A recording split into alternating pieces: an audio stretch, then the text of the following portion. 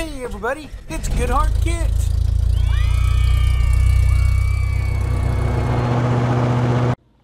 Hi kids, your adventure today awaits in the story Winter on the Farm. Rosie will be reading this story that was adapted from the Little House books, written by Laura Ingalls Wilder and illustrated by Jody Wheeler and Renee Groff.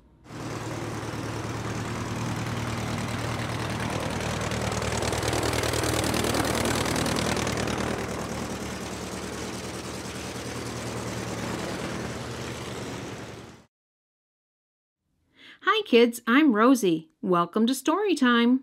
In today's story, Almanzo helps his brother Royal and his father with all the barn chores. I'd like to do barn chores. I like the cows, especially when I get to drink their milk. Almanzo has his very own calves named Star and Bright. Let's read and find out what chores he gets to do in the barn. Winter on the Farm.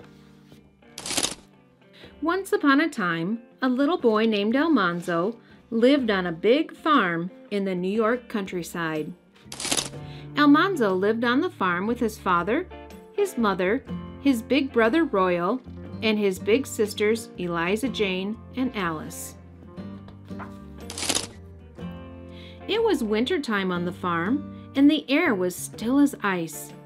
The farmhouse roof was covered with snow, and great big icicles hung from the eaves as Almanzo and Royal hurried to the big barn to start their chores. Almanzo always went first to the horses to touch their velvety noses. The horses all knew Almanzo, and their eyes shone softly when they saw him. How he longed to run his hands along their smooth necks. But Father did not think Almanzo was old enough to take care of the horses yet. So Almanzo put on a barn frock over his good school clothes and went to help Royal make clean beds for the cows and the oxen and the calves and the sheep. They did not have to make beds for the hogs because hogs make their own beds and keep them clean. In one stall were Almanzo's own two little calves. One calf had a white spot on his forehead, and his name was Star. The other calf was bright red all over, and Almanzo called him Bright. Almanzo scratched around their little horns, because calves like that. Next, it was time to do the milking. Almanzo took his own milking stool and sat in Blossom's stall to milk her. Swish, swish! The milk streamed into the pail while the cows crunched their carrots and barn cats purred. After Almanzo was finished, Father said, "You're a good milker, son." Almanzo kicked at a straw on the floor. He was too happy to say anything. Almanzo and Royal waited while Father took the shining tin lantern and made sure that everything in the barn was snug for the night. Then they walked through the cold night to the house. Almanzo was glad to get into the warm kitchen. First Father, then Royal, then Almanzo took turns washing up at the wash basin.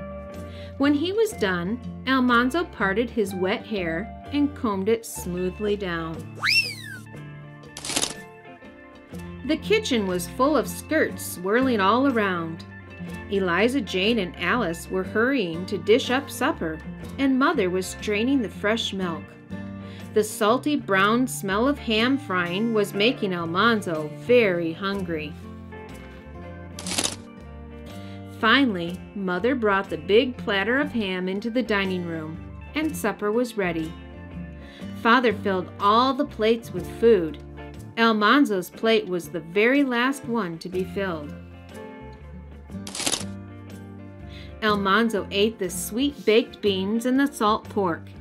He ate the boiled potatoes and the gravy and ham. Then he ate the bread and butter and the mashed turnips and the stewed yellow pumpkin. Last of all, he ate a large piece of pumpkin pie. Almanzo felt very comfortable inside. After supper, Father brought a big pitcher of cider and a pan full of apples up from the cellar, and Royal popped some popcorn over the coals in the iron stove. Mother knitted and rocked, while Eliza Jane read aloud from the paper, and Alice did her sewing. Almanzo sat by the stove, eating apples and popcorn. Soon it was time for bed, and Almanzo sleepily climbed the stairs. It was good to be a farmer boy.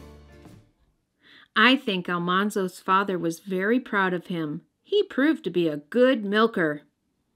Yeah, he was so happy he couldn't talk when his father told him he was a good milker.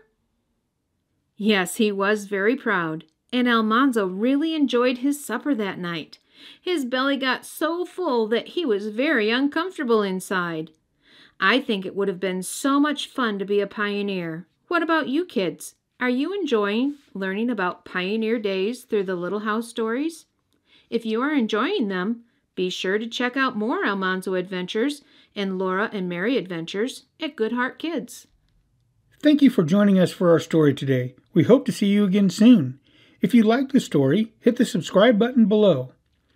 If you click the bell icon beside it, we will let you know when we have a new video for you to watch. See you soon!